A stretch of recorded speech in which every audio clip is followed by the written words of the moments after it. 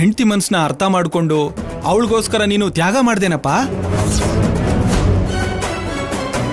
ಸಂಪದ ಕೈ ಕುಯ್ದ್ರೆ ಅದ್ರಲ್ಲಿ ನಿಮಗ್ ತ್ಯಾಗ ಏನ್ ಕಾಣಿಸ್ತು?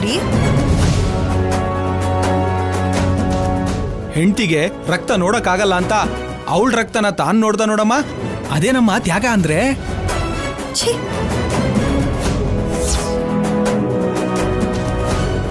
ಅಂಥ ತ್ಯಾಗ ಅವಳಿಗೆ ಅರ್ಥ ಆಗಲ್ಲ ಬಿಡಿ, ನೀವು ಮುಂದುವರಿಸಿ. ನಮ್ ಕುಟುಂಬಕ್ಕೋಸ್ಕರ ಸಂಪದ ರಕ್ತ ಅರ್ಪಣೆ ಮಾಡಿದಾಳೆ ಅಂದ್ರೆ ಸಾಮಾನ್ಯ ವಿಷಯನ ಅದು? ಹೌದಯ್ಯ, ಅವಳು ಕದಲ್ದೇ ಇರೋ ದೇವತೆ, ಇವಳು ಓಡಾಡೋ ದೇವತೆ.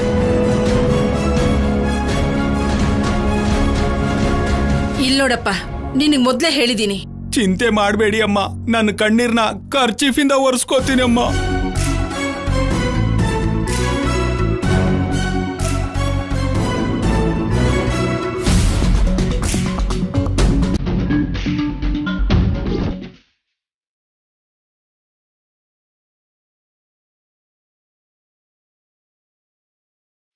ಏನೋ ಇನ್ನು ಇಲ್ಲೇ ಇದು ಯೋಚನೆ ಮಾಡ್ತಾ ಇದ್ಯಾ? ಹೋಗಿ ಆ ಒಡವೆಗಳು ತಗೊಂಡ್ ಬಾ. ಇರಮ್ಮ, ಪೂಜೆ ಈಗಷ್ಟೇ ಶುರುವಾಗಿರುತ್ತೆ. ನಾವು ಬಂದಿದ್ದೀವಿ ಅನ್ನೋ ವಿಷಯ ಅಕ್ಕಂಗೆ ಫೋನ್ ಮಾಡಿ ಹೇಳಿದ್ರೆ ಒಳಗಡೆ ಪರಿಸ್ಥಿತಿ ಹೇಳ್ತಾಳೆ. ಅದಾದ್ಮೇಲೆ ಅವಕಾಶ ನೋಡ್ಕೊಂಡು ಹೋಗ್ಬೇಕು. ಅಷ್ಟಲ್ಲ, ಶೌರ್ಯ ಕಣ್ಗೋ ಕಲ್ಯಾಣಿ ಕಣ್ಗೋ ಏನಾದ್ರೂ ಬಿದ್ರೆ ನಮ್ ಕತೆ ಮುಗೀತು ಅಷ್ಟೇ. ಏನಾಗಲ್ಲಮ್ಮ, ಎಲ್ರೂ ಪೂಜೆ ಅವಸರದಲ್ಲಿರ್ತಾರೆ. ಅಷ್ಟರಲ್ಲಿ ನಮ್ಮ ಕೆಲಸ ನಾವು ನೋಡ್ಕೊಂಡು ಹೋಗ್ತಾ ಇರಬೇಕು. ಇರು, ಒಳಗಡೆ ಪರಿಸ್ಥಿತಿ ಏನು ತಿಳ್ಕೊತೀನಿ.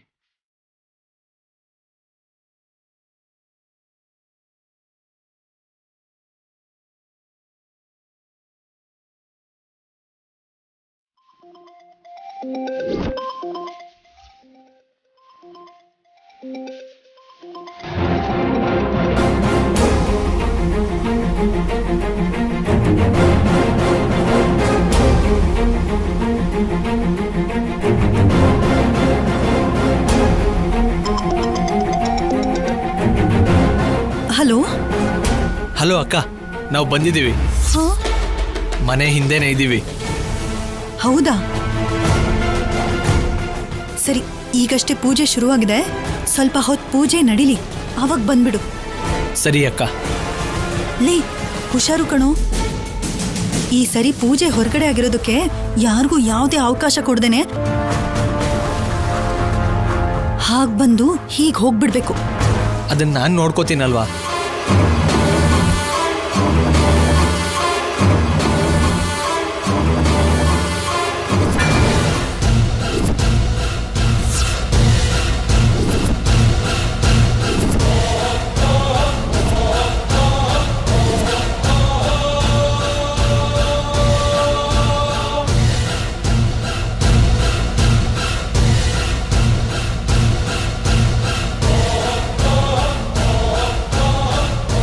ಯಾರ ಹತ್ರ ಫೋನಲ್ಲಿ?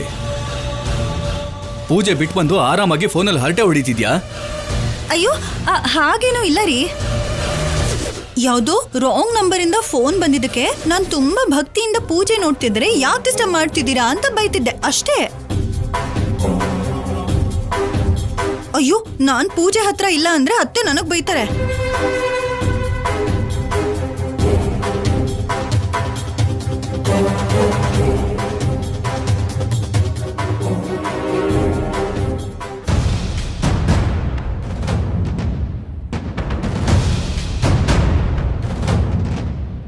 ಅರಿಶಿನದ ನೀರು ಹಾಕಾಯ್ತಲ್ಲ, ಇನ್ನು ಯಾಕೆ ತಡ?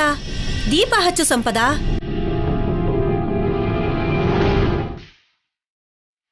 ಅಮ್ಮ, ಈಗ ನೀವು ಮಾಡ್ತಾ ಇರೋದು ಮಾಮೂಲಿ ಪೂಜೆ ಅಲ್ಲ, ಶಕ್ತಿ ಪೂಜೆ. ಸರಿಯಾಗಿ ಏನೇನ್ ಮಾಡ್ಬೇಕು ಅನ್ನೋದು ನಮ್ಮ ಹತ್ರ ಒಂದು ಮೆನು ಇದೆ. ಮೆನುನಾ? ಅದೇನು? ಅವ್ರ ಭಾಷೆಯಲ್ಲಿ ಮೆನು ಅಂದ್ರೆ ಪೂಜಾ ವಿಧಾನ ಅಂತ ಅರ್ಥ. ಹೌದಮ್ಮ.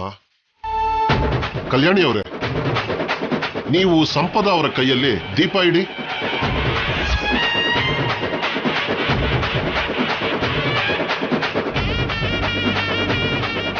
ಅಮ್ಮ ನಿಮ್ ಕೈಯಾರೆ ಸಂಪದ ತಲೆ ಮೇಲೆ ಅಖಂಡ ದೀಪ ಇಡಿ.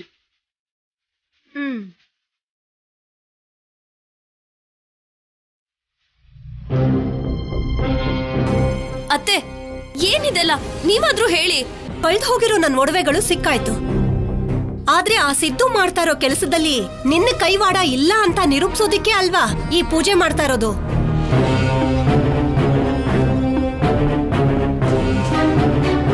ಮೊದ್ಲು ಆ ದೀಪನ ಕೈಯಲ್ಲಿ ಹಿಡ್ಕೊಂಡು ಅಖಂಡ ಜ್ಯೋತಿನ ತಲೆ ಮೇಲೆ ಇಟ್ಕೊಂಡು ಆ ಪೂಜಾರಿಗಳು ಹೇಳ್ದ ಹಾಗೆ ಮಾಡು. ನಿಮ್ಮ ಭಕ್ತಿ ಕುಟುಂಬಕ್ಕೋಸ್ಕರ ಆ ಹುಡುಗಿ ಕಷ್ಟ ನೋಡ್ತಿದ್ರೆ ಮಾತೇ ಬರ್ತಿಲ್ಲ.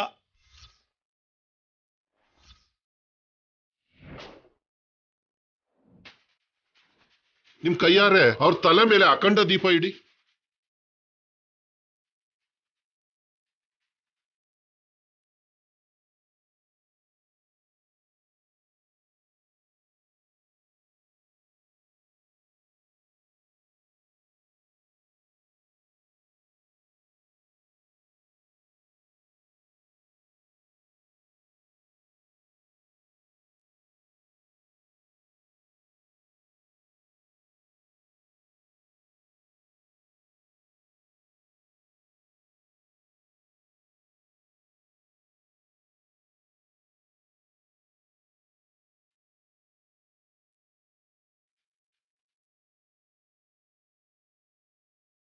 ಅಮ್ಮ ತಾಯೇ ಹರೋಹರ. ಅತ್ತೆ ನಾನು ತಪ್ಪು ಮಾಡಿದ್ದೆ ಅಂತ ಐಸ್ ಕೆಟ್ಟೆ ಮೇಲೆ ನನ್ನ ನಿಲ್ಸಿದ್ರಿ. ಸಂಪದಾಗ ಮಾತ್ರ ಈ ತರ ಸಿಂಪಲ್ ಪರೀಕ್ಷೆ ಕೊಡ್ತಿದ್ದೀರಾ ಅಂದ್ರೆ ಏನು? ನೀವಿದೆಲ್ಲ ಬೇಕು ಅಂತ ಮಾಡ್ತಿದ್ದೀರಾ? ನಾನ್ ನಿಮ್ಮೆಲ್ರಿಗೋಸ್ಕರ ಪೂಜೆ ಮಾಡ್ತಿದ್ರೆ ಕರುಣಾಕರ್ ರಾವ್ ಅವ್ರೆ, ಅಮ್ಮ ನೋಡಿ ಈ ದೀಪ ಇದನ್ನೆಲ್ಲ ನನ್ನ ಹತ್ರ. ಶಕ್ತಿ ಪೂಜೆನಮ್ಮ, ಹಾಗೆ ಇರುತ್ತೆ. ಅಷ್ಟೇ ಅಲ್ವಾ ಪುರೋಹಿತ್ರೆ? ಸರಿಯಾಗಿ ಹೇಳಿದ್ರಿ. ನೀವು ಕೇಳ್ಕೊಂಡಿದ್ದು ನಡೆಯುತ್ತೆ.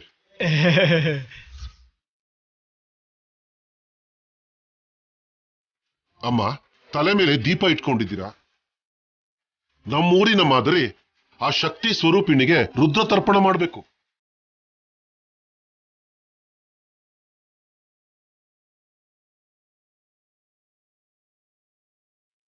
ಈಗಷ್ಟೇ ಮಾಡ್ದೆ ಅಲ್ವಾ? ಅಮ್ಮನಿಗದ್ ಸಾಕಾಗಲ್ಲಮ್ಮ. ಇದನ್ನೆಲ್ಲ ಮಾಡೋದಕ್ಕೆ ನನ್ 2 ಕೈಯೂ ಖಾಲಿ ಇಲ್ವಲ್ಲ. ಕೈ ಜೊತೆ ಕೆಲಸ ಇಲ್ಲಮ್ಮ, ನಾಲಿಗೆ ಸಾಕು.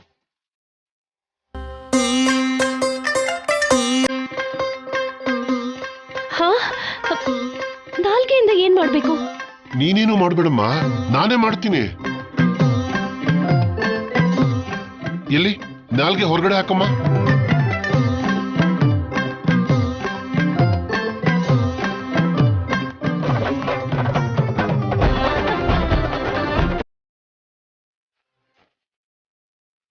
ಮೇಲ್ಮರತ್ತೂರು ಅಮ್ಮನೇ, ಅರುಣಾಚಲ ಶಿವನೇ, ಪಳನಿ ಮುರುಗನೇ, ಹರೋಂ ಹರ.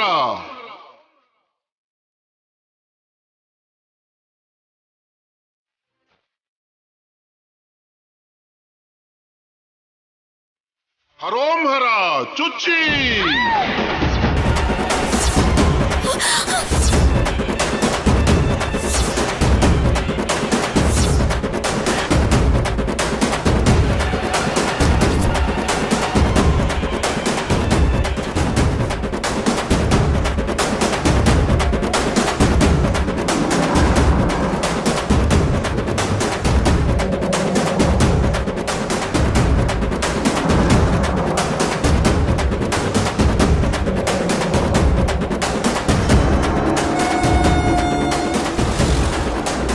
ನೋಡಿದ್ರ ನನ್ನ ಹೆಂಡತಿ ಒಳ್ಳೆತನ. ನನಗೋಸ್ಕರ, ನಮ್ಮೆಲ್ಲರೂ ಒಳ್ಳೇದಕ್ಕೋಸ್ಕರ ನಾಲ್ಗೆಗೆ ತ್ರಿಶೂಲ ಚುಚ್ಚಿಸ್ಕೊಂಡು ತಲೆ ಮೇಲೆ ದೀಪನೂ ಹೊರ್ತಿದ್ದಾಳೆ.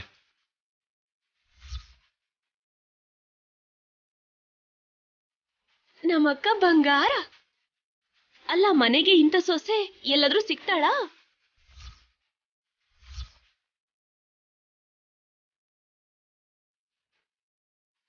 ಅಮ್ಮ ಅಮ್ಮ ನೀನು ಮನುಷ್ಯಳಲ್ಲಮ್ಮ, ನೀನು ದೇವತೆ. ಅಮ್ಮ ನಮ್ಗೆ ಆಶೀರ್ವಾದ ಮಾಡಮ್ಮ.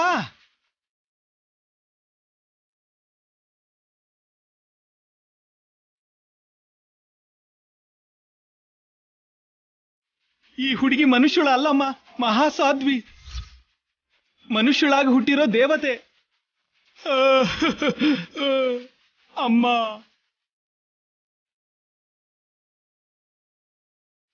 ನನ್ನ ಕಣ್ಣಿಗೆ ಉಗ್ರ ರೂಪದಲ್ಲಿರೋ ಕಾಳಿಕಾ ದೇವಿ ಹಾಗೆ ಕಾಣಿಸ್ತಿದ್ಯಮ್ಮ. ಅಮ್ಮ ಅಮ್ಮ, ಆ ದೀಪಗಳ ಜೊತೆಗೆ ಅಮ್ನೋರ್ ಸುತ್ತ ಪ್ರದಕ್ಷಿಣೆ ಹಾಕಮ್ಮ. ಅಮ್ಮ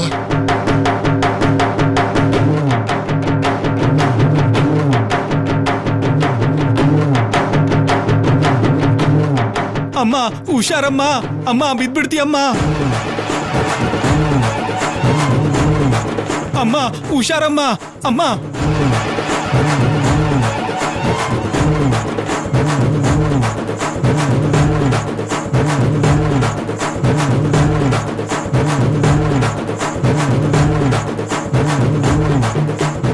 ಅಮ್ಮ ಅಮ್ಮ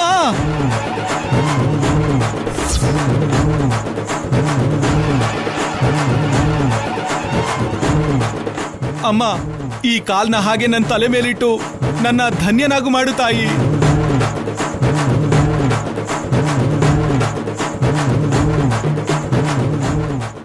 ಏಯ್, ನನ್ ಸೊಸೆ ಪೂಜೆ ಮಾಡ್ತಾ ಇದ್ದಾಳೆ ಅನ್ಕೊಂಡಿದ್ದೀರಾ ಇಲ್ಲ ಸರ್ಕಸ್ ಮಾಡ್ತಾ ಇದ್ದಾಳೆ ಅನ್ಕೊಂಡಿದ್ದೀರಾ? ತಲೆ ಮೇಲೆ ಕಾಲಿಟ್ಟು ನಡೆಯೋದಿಕ್ಕೆ ಸೈಡ್ಗೆ ಹೋಗ್ರಿ. ಮೊದ್ಲು ಕಾಲ್ ಬಿಡಪ್ಪ. ಆ ಹುಡುಗಿ ಕೆಳಗ್ ಬಿದ್ಲು ಅಂದ್ರೆ ನಾಳೆ ನಾವು ಕೋರ್ಟಲ್ಲಿ ಉತ್ತರ ಕೊಡ್ಬೇಕು. ಸರಿ ಅಮ್ಮ, ನನಗೆ ಅದೃಷ್ಟ ಇಲ್ಲ ಅನ್ಕೋತೀನಿ. ಅಮ್ಮ ಅಮ್ಮ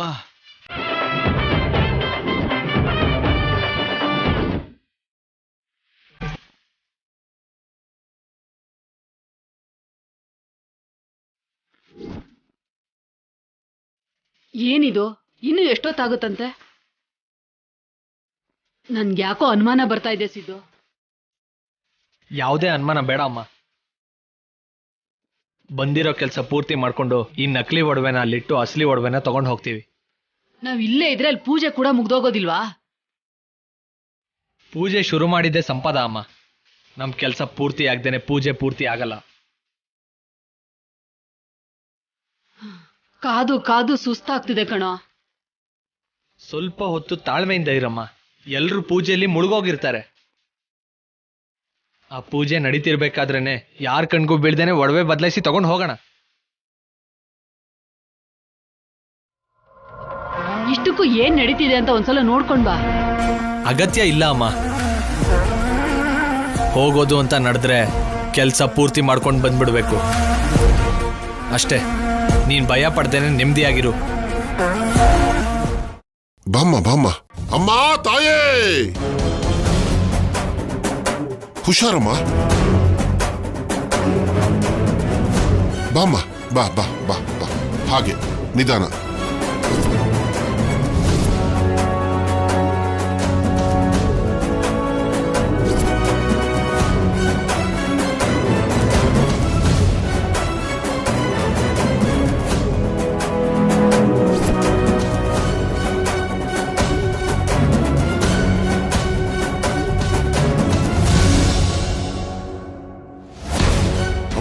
ತಾಯೇ, ನೋಡಿದ್ರೆ ನನ್ನ ಹೆಂಡ್ತಿನ ನಮ್ಮ ಕುಟುಂಬಕ್ಕೋಸ್ಕರ ಎಷ್ಟು ನೋವು ಸಹಿಸ್ಕೋತಿದ್ದಾಳೋ, ಎಷ್ಟು ತ್ಯಾಗ ಮಾಡ್ತಿದ್ದಾಳೋ ಅಂತ. ಹೆಂಡತಿ ಕಷ್ಟಪಡ್ತಿರೋದನ್ನ ನೋಡಿ ನೊಂದ್ಕೋತಾ ಇರೋ ಗಂಡನ್ನ ನಿನ್ನೆ ನೋಡ್ತಿದ್ದೀನಪ್ಪ. ಸ್ವಾಮಿ ಪೂಜಾರಿ ಅವರೇ, ಈ ನಾಲ್ಗಿಗೆ ತ್ರಿಶೂಲ ಚುಚ್ಚೋ ಅವಕಾಶ ಏನಾದ್ರೂ ಇದೆಯಾ? ಯಾಕಮ್ಮ ನನ್ ಮೇಲೆ ಅಷ್ಟೊಂದು ಕೋಪ? ಆಹಾ, ಕೋಪ ಅಲ್ಲ, ಭಕ್ತಿ. ಸಂಪದ ಭಕ್ತಿನ ನೋಡಿ ಖುಷಿ ಪಡ್ತಿರೋದಕ್ಕೆ ಭಕ್ತಿಯಿಂದ ಆಶೀರ್ವಾದ ಮಾಡಿ ಅಂತ ಹೇಳಿದೆ. ಹಾಗಂದ್ರ? ಹಾಗಾದ್ರೆ ಓಕೆ. ಅಮ್ಮ ಒಂದ್ಸರಿ ಕಣ್ಮುಚ್ಕೊಳಮ್ಮ. ಚುಚ್ಚೋದಕ್ಕಲ್ಲಮ್ಮ, ತೆಗಿಯೋದಿಕ್ಕೆ.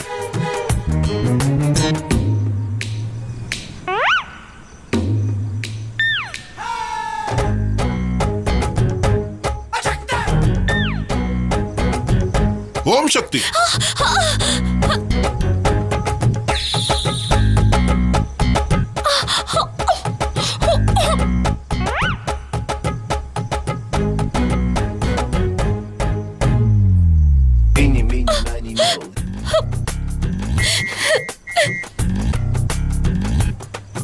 ಅಮ್ಮ, ನಿನ್ನ ನೋಡ್ತಿದ್ರೆ ಅಮ್ನೋರ್ ಸಿನಿಮಾದಲ್ಲಿ ಸೌಂದರ್ಯ ಹಾಗೆ, ದೇವಿ ಸಿನಿಮಾದಲ್ಲಿ ಪ್ರೇಮ ಹಾಗೆ, ಎಂತ ಭಕ್ತೆ ಅಮ್ಮ ನೀನು.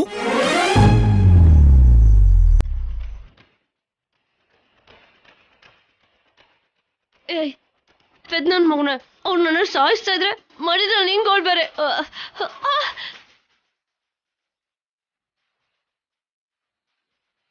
ಈ ಹುಡುಗಿ ಬೈತಿರೋ ಹಾಗಿದ್ದಾಳಲ್ಲ. ಇಲ್ಲ, ಅಮ್ಮನವರು ಆಶೀರ್ವಾದ ಮಾಡ್ತಿದ್ದಾರೆ ಮದುವೆ ಬಗ್ಗೆ.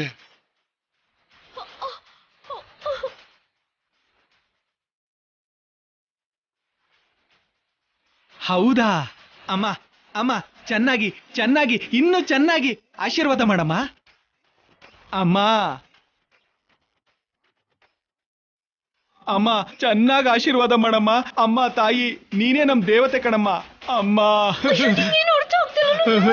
ಅಮ್ಮ, ಆಶೀರ್ವಾದ ಮಾಡಮ್ಮ. ಅಮ್ಮ ತಾಯಿ, ಅಮ್ಮ ಅಮ್ಮ. ಅಯ್ಯೋ ನಂಗೆ ನಿಮಿಷ ಕೊಡ್ತಿದ್ರು. ಅಮ್ಮ, ಅಮ್ಮನವ್ರ ಪೂಜೆ ಎಲ್ಲ ಚೆನ್ನಾಗಿ ನಡೀತು. ಕೊನೆಯದಾಗಿ ಒಂದೇ ಒಂದು ಮಹಾಗೌರಿ ಪೂಜೆ ಉಳಿದಿದೆ.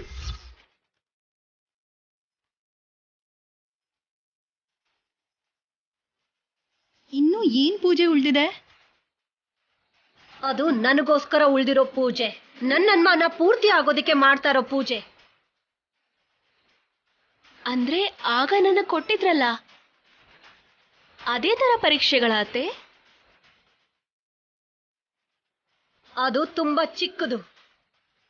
ಇದು ಶಕ್ತಿ ಪೂಜೆ ಅಲ್ವಾ, ಸ್ವಲ್ಪ ಕಠಿಣವಾಗೇ ಇರತ್ತೆ. ಓ, ಏನೋ ಅಂದ್ಕೊಂಡಿದ್ದೆ.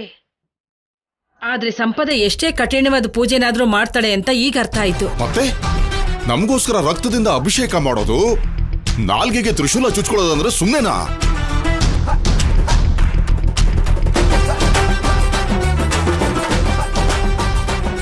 ಅಂದ್ರೆ ಸಂಪದ ಅಭಿಮಾನದ ಬಗ್ಗೆ ನಾವೇ ಕಡಿಮೆ ತಿಳ್ಕೊಂಡಿದ್ದೀವಿ ಅಂತ ಆಯ್ತು. ಶ್ರೀನಿವಾಸ್, ಆ ಮಹಾಘೋರ ಪೂಜೆ ಏನು? ಅಮ್ಮ, ಆ ಪೂಜೆಗೆ ಏರ್ಪಾಡೆಲ್ಲ ಮಾಡಿದ್ದೀರಾ ಅಲ್ವಾ? ನಮ್ಮ ಅನುಪಮ ಎಲ್ಲ ಹತ್ರ ಇದ್ದೇ ರೆಡಿ ಮಾಡಿದಾಳೆ.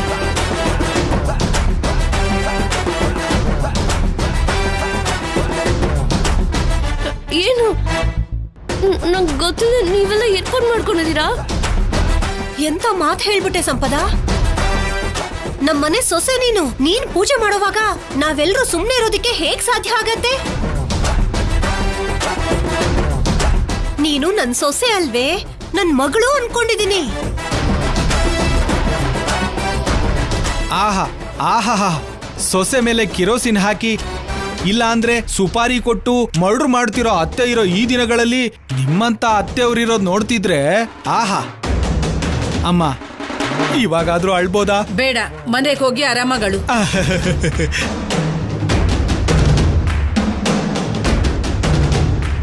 ಇಷ್ಟು ಸಾಕಮ್ಮ, ಅಸಲಿ ಪೂಜೆಗೆ ಈ ತಡ ಆಗ್ತಿದೆ. ಇಷ್ಟಕ್ಕೂ ಪೂಜೆ ಏನು? ಅಮ್ಮ, ಈ ಪೂಜೆ ಮುಗೀತು, ಇನ್ನು ಆ ಪೂಜೆ ಉಳಿದಿದೆ. ಅದಕ್ಕೆ ಸ್ವಲ್ಪ ಕತ್ಲಾಗ್ಬೇಕು, ಸ್ವಲ್ಪ ತಾಳ್ಮೆ ತಗೊಳಮ್ಮ.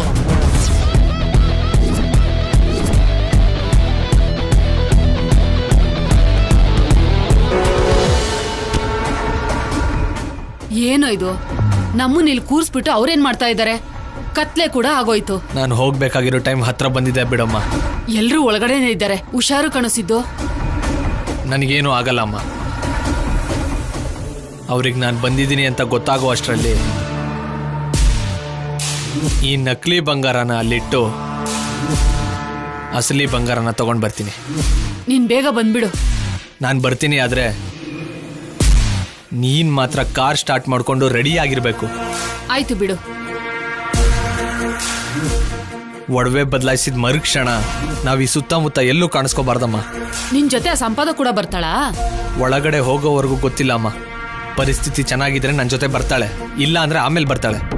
ನೀನ್ ಕಾರ್ ಸ್ಟಾರ್ಟ್ ಮಾಡಿ ಇಟ್ಕೋ, ಓಕೆನಾ?